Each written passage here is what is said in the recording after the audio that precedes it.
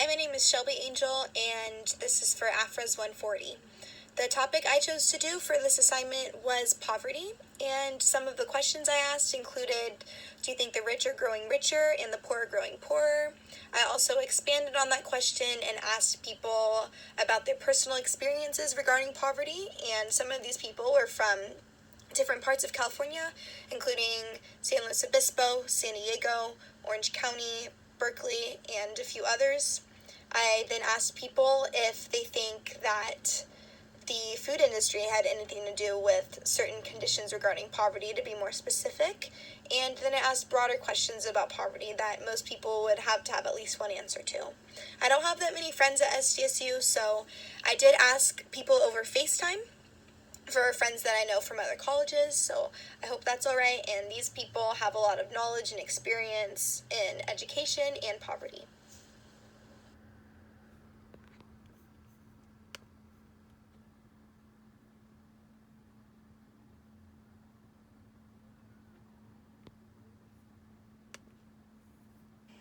So, do you believe that the rich are growing richer, or that the poor are growing poorer? Is that an either or do I believe in the statement as a whole, that it's both happening? You can say either one. If you think the rich are getting richer, but the poor are getting richer. The rich are getting richer, and I think the poor are getting poorer. Why? I think a lot of reasons. I think a lot is corruption in our government and corporate and business interests, and not really being in touch with the average people, and healthcare costs and insurance, and just everything is going up in price. Can you expand on that, or do you have any experience with the question I asked? Well, I currently think that our government seems to be catering to the wealthy and the healthy, of which I am neither. So I do feel that it is definitely for big business interests, and it doesn't feel like we have control of our government anymore, and it's not for the people, it's just for the wealthy and the friends and whoever's going to donate the most.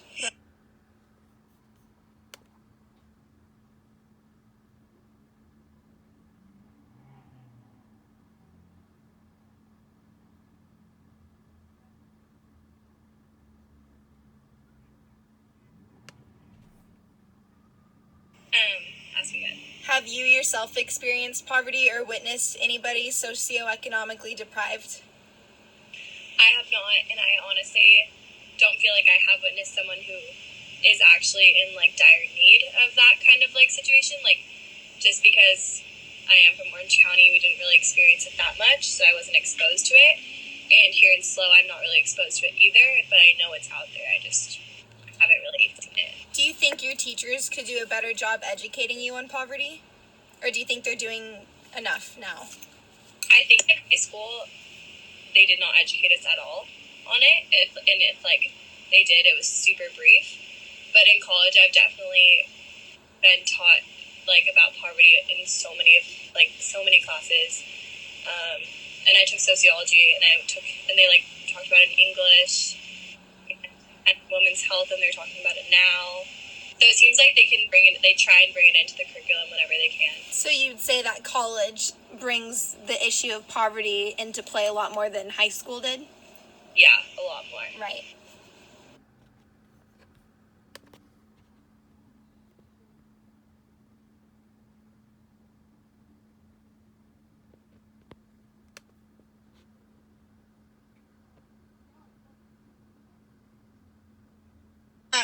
Do you think that the rich are growing richer and that the poor are growing poorer? Oh, I have to answer. Yeah. That's what an interview is. I think that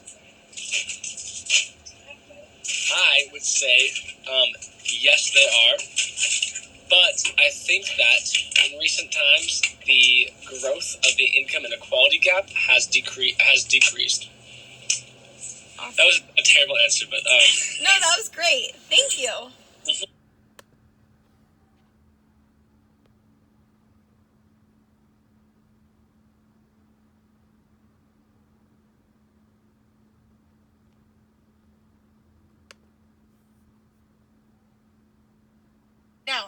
Do you think that the rich are getting richer and that the poor are getting poorer? Overall, yeah. Can you elaborate?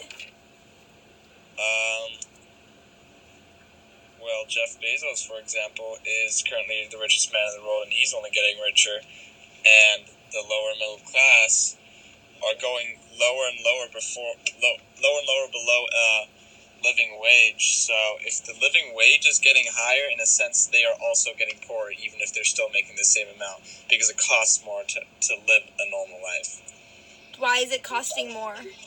Because of inflation and raised prices and the necessity to have more things like a car, gas is going up.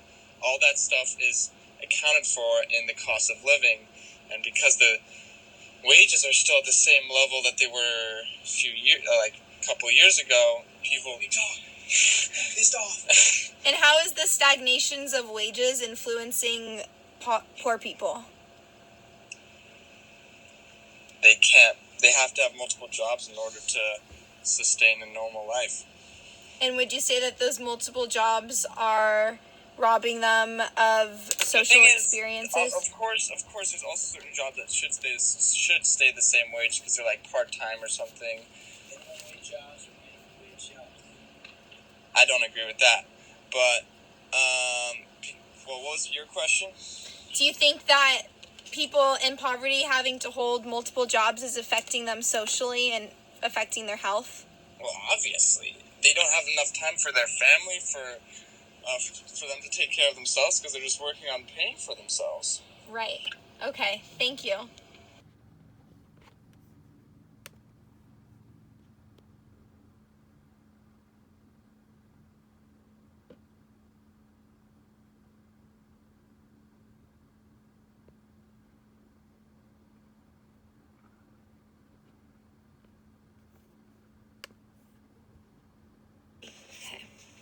So, would you say that in some communities that the food industry is being racist? Yes, because from what I learned from some documentaries, like farming with harmful pesticides, they'll do it in like poor black colored communities in the South, and they'll also what is it called?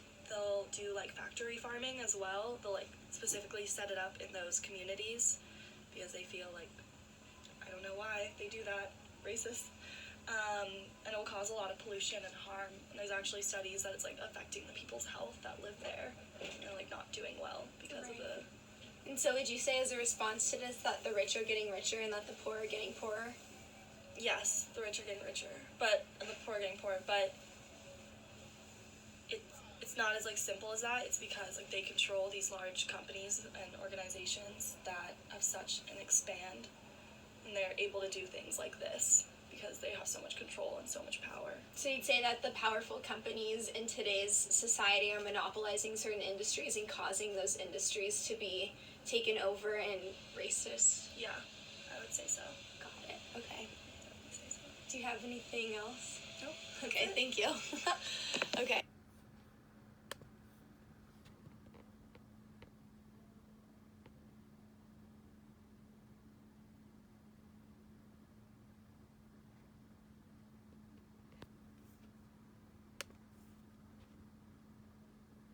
Have you witnessed poverty in Orange County, and have you seen a difference between the community you live in compared to other communities outside of Orange County?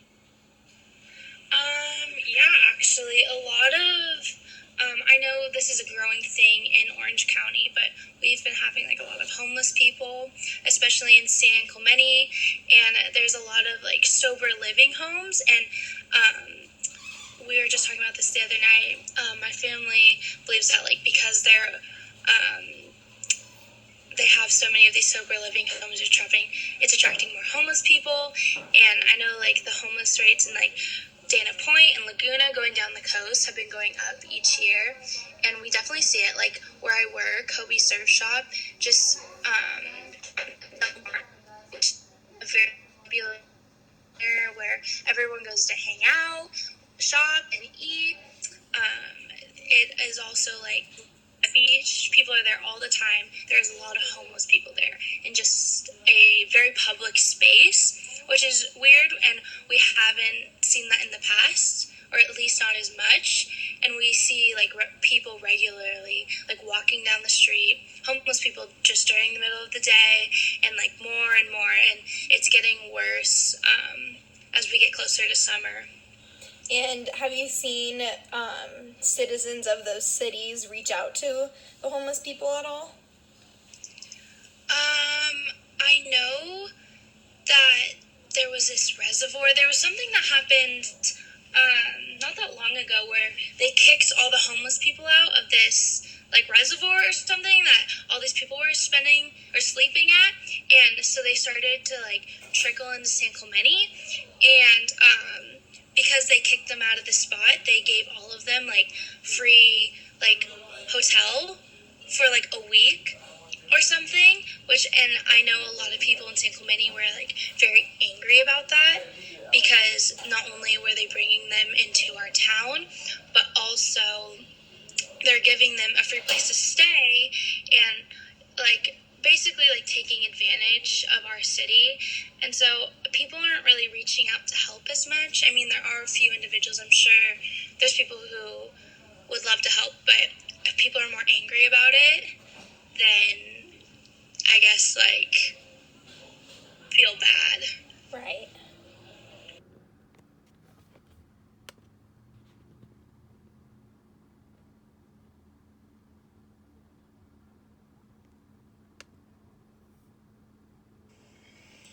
So what I gained from conducting these interviews was realizing that a lot of my friends who I thought had much knowledge regarding poverty and lower classes really didn't. And this had no reflection on their character or who they were as people, but it just kind of showed that they weren't being educated to understand the conditions that a lot of people face. So, most of the people I asked live in Orange County, California, which is a very nice area, and I think it's part of the Orange County lifestyle that we don't understand what goes on outside of this bubble. And I think that really contributes to why the poor are growing poorer, because society has enabled us to remain ignorant of anything going on outside of our lovely lives, that we're not able to help other people because we don't know what's going on. And I think that's what a lot of people in the political hierarchy are doing, is they're trying to hide these conditions of the minorities and a lot of people facing issues, whether it's economic, social, political, etc., is because they don't want to lose their power. And I think a lot of it actually stems from white supremacy. In one of the books we read in Afra's 200, why are all the black kids sitting together in the cafeteria, it really talked about how the hierarchical society of white supremacists really suppresses any minority groups from achieving anything greater than what they have in society. And I really saw this come to light through the interviews I conducted, because a lot of people just didn't have knowledge of what was going on. And I think that's because white supremacists aren't educating people and are choosing to keep a lot of the conditions that occur in our nation that aren't necessarily the best hidden.